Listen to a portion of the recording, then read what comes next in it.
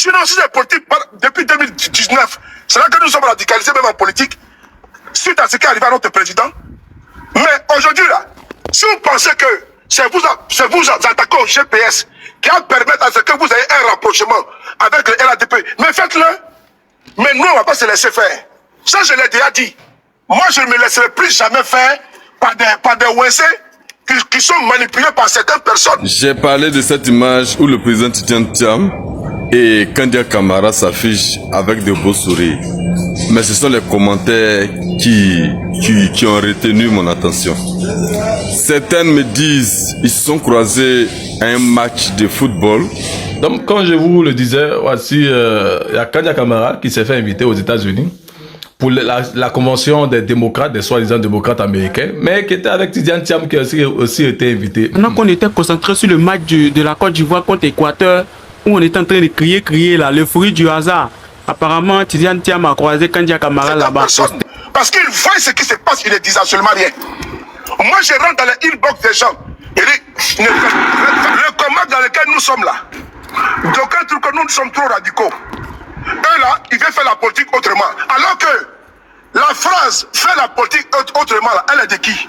Elle est du président Guillaume Soro. Yeri, est-ce que vous savez qu'il y a quelqu'un qui a déjà fait le Koumassi campement là, où ils ont cassé les maisons? Est-ce que vous savez qu'il y a quelqu'un qui a déjà là-bas?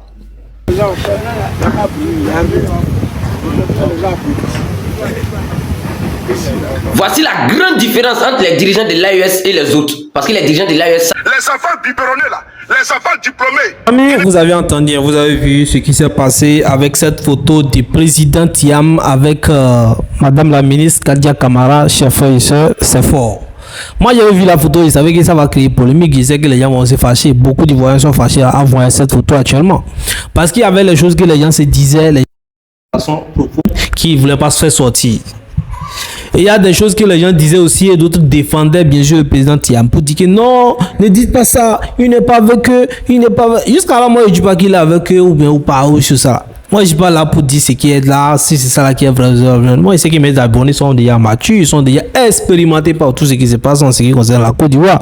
Et bien sûr vous allez trancher, vous allez donner vos avis, vous allez trouver ce qui est bon, ce qui n'est pas bon, ce que vous pensez de la situation, vous allez donner vos avis dans les commentaires et on revient. Je vais vous laisser possible écouter encore ce débat, tout ça là. On va rentrer également dans les cas des déguerpissements au niveau de la Côte d'Ivoire et les solutions peut-être trouvées actuellement pour les personnes victimes de ces déguerpissements, parce qu'on nous informe qu'il y a des gens qui sont déjà dans cette histoire, hein, tout ça là. Sinon, si c'est politique depuis 2010. Mais aujourd'hui là, si vous pensez que c'est vous attaquer au GPS qui va permettre à ce que vous ayez un rapprochement avec le RADP, mais faites-le. Mais nous, on ne va pas se laisser faire. Ça, je l'ai déjà dit. Moi, je ne me laisserai plus jamais faire par des ONC qui sont manipulés par certaines personnes. Parce qu'ils voient ce qui se passe, ils ne disent absolument rien. Moi, je rentre dans les inbox des gens. Il dit, faites tout possible, n'attaquez pas le président du PDCI RDA. Mais, et puis, il y a des gens qui se réclament pas de ce monsieur. Ils vont se monter sur les panels, nous traiter de tout et de rien, de moins que rien. Mais, comme eux, ils veulent exhumer le passé là, on peut aller exhumer le passé. On peut aller exhumer le passé. Quand j'entends certains dire oui, dans la politique ivoirienne, M. Guillaume Soro doit la fermer. Mais si on doit parler là, mais allons-y réveiller nos parents du 108 là, qui sont morts là. Qui les a déjà? Nos parents du 108, nos parents du Kébié, les Krabé Nagbé là, qui les a déjà? C'est qui? C'est les GPS? C'est pas les GPS. Donc il y a certains dans ces pays là, qui ont mis la Côte d'Ivoire à coupe réglée là, eux-mêmes ils doivent la fermer éternellement. La gouvernance là, mais c'était quoi? Il veut qu'on parle, mais ils se disent intellectuels. Ils vont venir sur les panels. Ils vont nous attaquer. Et puis nous, on va se taire. Pourquoi? Qui paye mon loyer? Qui paye mon loyer? En Côte d'Ivoire, on dit qui paye mon PDCI. Nous, on regarde faire. Pas parce qu'on a peur. C'est par respect. C'est par respect. C'est pas qu'on nous expose. Parce que quand on parle un peu, les gens peuvent parler, mais sur les pages. Après, je ne veux pas trop parler. Mais accepter ça là, c'est un mépris. Yo, il y a la police partout, mon frère. Oh. Acceptez. Oh. Il faut mon micro, parce que j'ai le cœur partout là, tiens.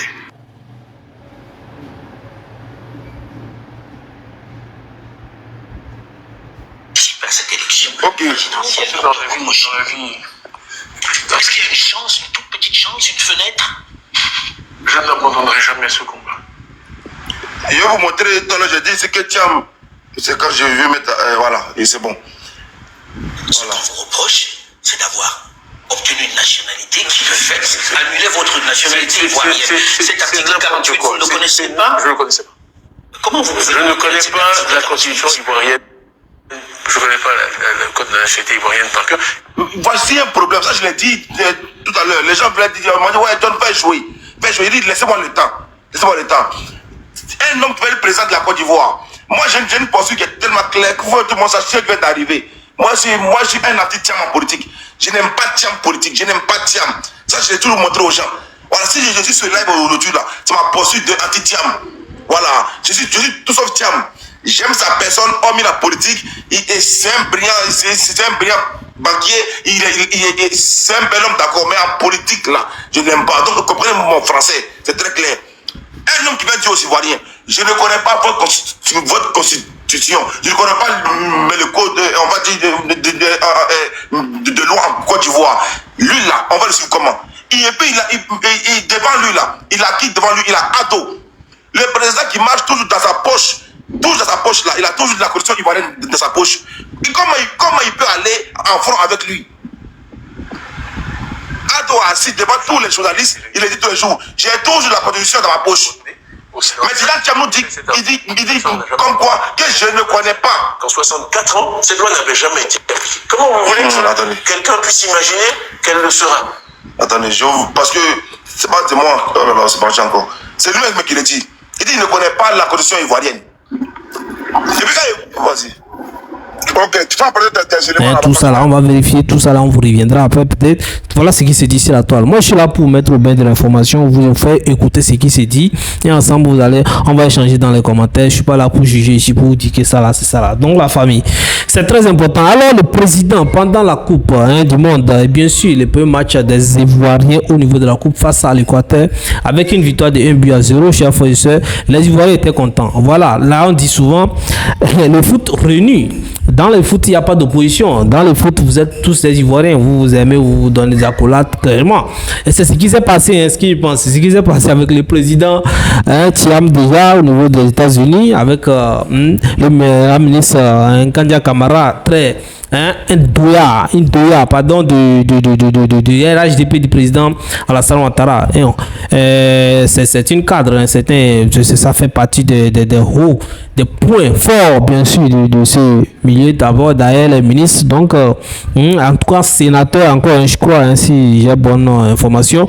Donc, vous savez très bien tout ce que le président Thiam a subi pour arriver aujourd'hui en exil. Parce que moi, je dis qu'il est en exil. Ainsi, lui-même dit qu'il ne peut pas venir dans son pays en étant président de PDCI et ne pas pouvoir venir au pays pour faire les trucs.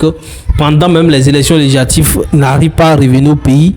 Et pendant les élections présidentielles, il n'arrive même pas à intervenir au pays, arriver au pays. C'est qu'il y a un problème. C'est qu'il y a un grave problème. Donc là, moi je veux dire totalement qu'il est en exil. Hein. Il est en exil, pour moi, c'est qu'il est en exil. Donc, après tout ça, là, après toutes ces dénonciations, les tues, les manifestations, tout ce que les opposants ont donné comme énergie, hein, les militants ont donné comme manifestants pour réclamer le nom de ces personnes sur la liste électorale, le président Guillaume Soro même. Bon. Hein? Donc il y a beaucoup qui prennent bien sûr les RHDP comme ceux qui ont refusé, ceux qui ont empêché leur président d'être... Mais je suis sorti, je dis Joe, il ne faut pas faire ça. Je ne suis pas d'accord avec ça. Sinon c'est retient. Moi-même si c'est même panel, quand il y a eu un débat avec un individu stipendié qui tenait des propos là-bas, j'ai écrit à Étoile. J'ai dit Étoile, il y a un monsieur là-bas là. Et puis son gars là, s'il te plaît, il ne faut pas répondre. Mais en répondant, tu as touché le président Gbagbo et le président Tidjane Thiam. Vous pouvez demander à l'Étoile filante. Mais j'étais là, je ne voulais même pas qu'il y ait des cas vis-à-vis de ces deux présidents-là. Hein? Donc moi, je rentre dans une box de mes gars pour leur dire, il faut temporiser, même si c'est tant que le président Guillaume Soro ne répond pas.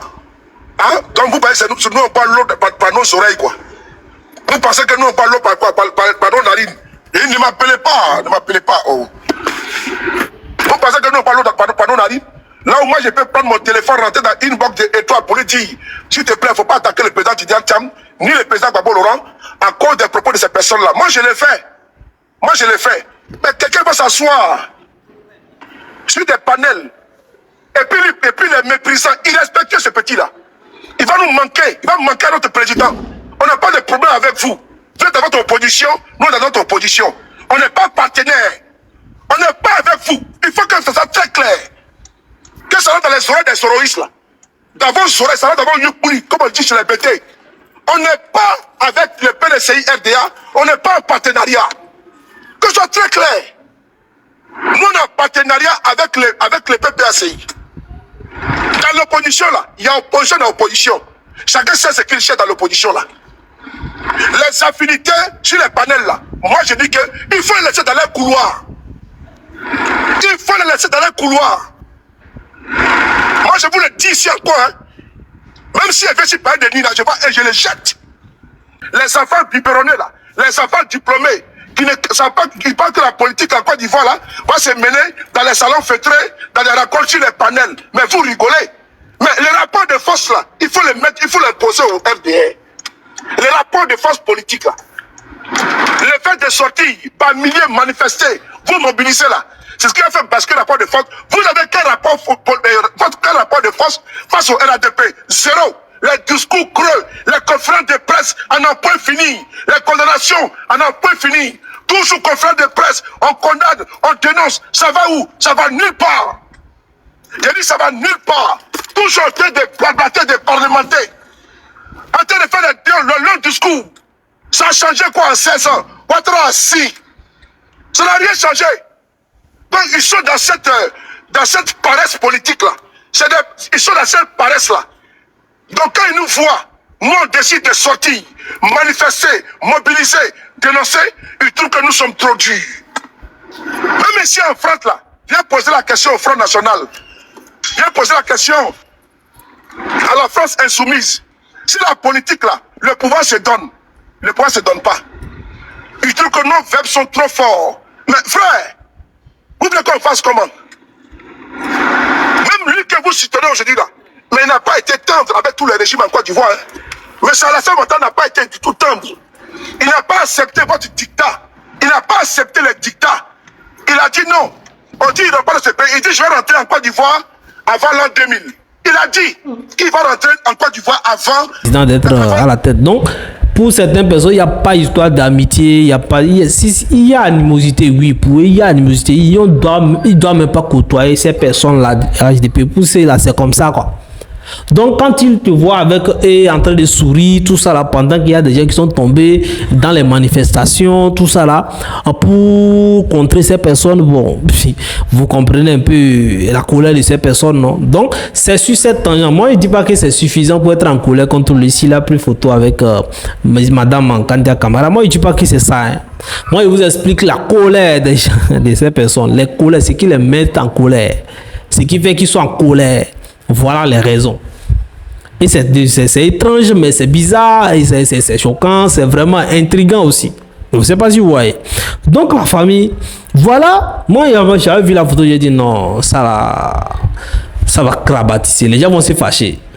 Et aujourd'hui, je tombe sur ces panels où, bien sûr, un militant, un défenseur du GPS du président, Guillaume Soro, avec certains défenseurs également de l'opposition et même du parti au pouvoir, en tout cas des fois, sont dans les panels et sont en train d'échanger et ils sont en train de montrer leur colère. Sous le départ, vous le connaissez très bien, il a lancé sa colère par rapport à toutes ces histoires et nous dit ce qu'il pense. La famille, qu'est-ce que vous en pensez de ces situations? J'aimerais que vous donniez vos avis dans les commentaires. Les PPAC également, je vous informe, ont intervenu avec la femme du président Laurent Gbagbo. Avant l'an 2000. Mais il est rentré ou n'est pas rentré? Répondez à ma question. Est-ce que votre est rentré avant l'an 2000 ou pas? Répondez à ma question, s'il vous plaît. Il est rentré. Merci beaucoup. Votre est rentré en Côte d'Ivoire avant 2000. Mais c'était une promesse. Allez-y écouter, allez-y lire les discours de Ouattara qui était dans l'opposition. Il n'était pas en train de lire la Bible. Hein. Il n'était pas en train de lire les versets bibliques. Hein. Non, non, non. Il faisait de la politique. Mais moi, ce que moi je constate, c'est qu'il y a les politiciens chocos. Il y a des politiciens biberonnés en Côte d'Ivoire. Et ils pensent que c'est en venant sur les panels, en train d'aligner des belles phrases, les jolis mots du dictionnaire Larousse. Là, le RDA va dire non, vous là, vous avez le pouvoir demain. Mon frère, vous rêvez debout. Vous rêvez debout. D'ailleurs, nous ne sommes pas à la base des malheurs, n'est-ce pas, de M. Thiam en Côte d'Ivoire. Nous ne sommes pas à la base. Et je suis désolé. Celle avec qui il a pris photo là, elle est parmi ceux qui l'ont rencontré en exil.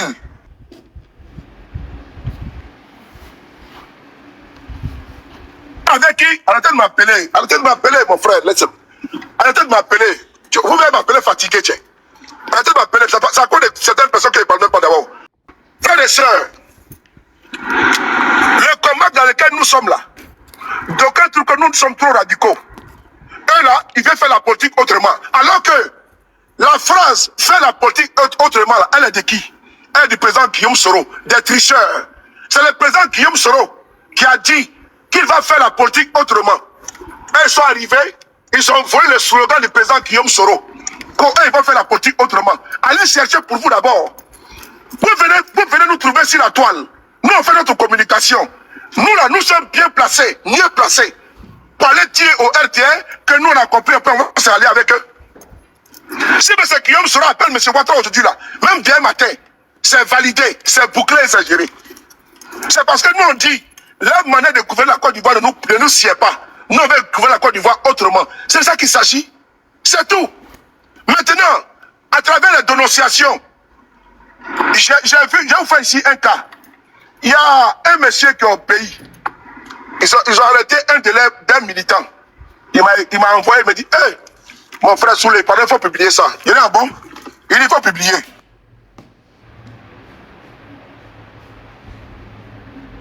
Il faut publier parce que nous ici, là, nous, on ne peut pas publier. Là, il faut publier. Moi, j'ai publié. Souvenez-vous, quand les Sakagoulés avaient enlevé deux gars du PDCI, là, ils étaient quittés à une formation, là. C'est moi qui avais publié ça. C'est ça qui m'a envoyé. Mais j'ai publié ça. Parce que quand c'était chaud, là, Souley de Paris était là. Quand c'est chaud, là, c'est à nous qu'ils ont affaire. Nous ne sommes pas de... Yeri, est-ce que vous savez qu'il y a quelqu'un qui a déjà fait le Koumassi campement, là, où ils ont cassé les maisons? Est-ce que vous savez qu'il y a quelqu'un qui a déjà là-bas? Est-ce que vous avez vu les médias parler de ça? Le gars qui a déjà là, il s'appelle Bogoum Issouf. C'est un djoul. C'est un djoula. C'est un musulman. Est-ce que vous avez vu les musulmans faire des communiqués pour parler de ça? Est-ce que vous avez vu sur les plateaux télé là, les gens ont parlé de ça? Est-ce que vous savez comment le Mohamed il a déjà? Quand ils sont venus casser sa maison là, ils ne lui ont pas dit, hein. Ils ont bolé la maison pendant que lui, il n'était pas là. Il est venu, il a vu sa maison est bolé. Toutes ses affaires étaient dans la maison et puis ils ont bolé. Donc il a pris sa femme et ses enfants et il a envoyé sa femme chez sa soeur là-bas et ses enfants là-bas. Maintenant lui il est revenu sur le site là pour récupérer quelques trucs. Quand il est venu, il se faisait déjà tard, donc il ne pouvait plus traverser l'eau, selon les informations. Donc le gars là, il dit il va dormir dans son camion parce que c'est un routier.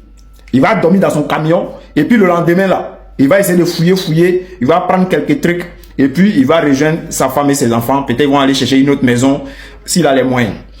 Mais ce qui s'est passé a prouvé que le gars il n'avait pas les moyens. Et il est parti dormir dans le camion, on dit, tellement qu'il a sciencé ce qui s'est passé, tellement qu'il avait mal. Or le gars on dit, c'est un cardiaque. Donc quand ils ont cassé la maison là, ses médicaments sont restés dedans. Donc il ne pouvait pas prendre ses médicaments. Donc il dit comme il fait nuit là, il va dormir dans le camion. Matin il va aller fouiller pour prendre ses trucs. C'est dans dormir là, dans le camion là. C'est-à-dire tellement qu'il avait mal, tout était rongé dans son camion là, dans la cabine. Il a déjà en même temps. Vous savez à cause de qui? Ils vont nous dire que non, c'est à cause de lui. Non, c'est pas à cause de lui. C'est à cause du RHDP. C'était un musulman. Il était respecté dans sa communauté. Dieu l'espace aérien d'atterrir, mais de quitter l'espace aérien, soit ils vont l'abattre. C'est la saison des pluies. Résultat, pause obligatoire. On intervient avec la femme du président Laurent Gbagbo en ce qui concerne les gens des Koumassi campements qui ont été, qui ont subi les démolitions, tout ça là, ils ont apporté leur soutien. Ça c'est, je pense que c'est au nom du président Gbagbo ou au nom du PPAC, je sais pas, mais c'est Nadiani Gbangbo qui était là, hein, pour soutenir ces personnes-là. Donc, je me dis que là, avec le temps un peu en paix, peut-être qu'on va trouver une solution pour ces populations, cette guerpie et tout. Et on va passer. Bien sûr, je vois aussi certaines images du monsieur Bakongo sur certains chantiers. Je sais pas, c'est pour maintenant ou bien c'est la vidéo d'avant. J'espère quand même qu'il y aura, hein, j'espère quand même qu'il y aura des solutions, hein, prépondérantes, voilà, pour ces personnes et l'évolution par rapport à des choses. Donc, chers frères et sœurs, merci d'avoir suivi jusqu'ici. N'oubliez pas de vous abonner, d'activer la cloche de notification, restez branchés, donnez vos avis dans les commentaires, partagez massivement. D'ici là, ciao.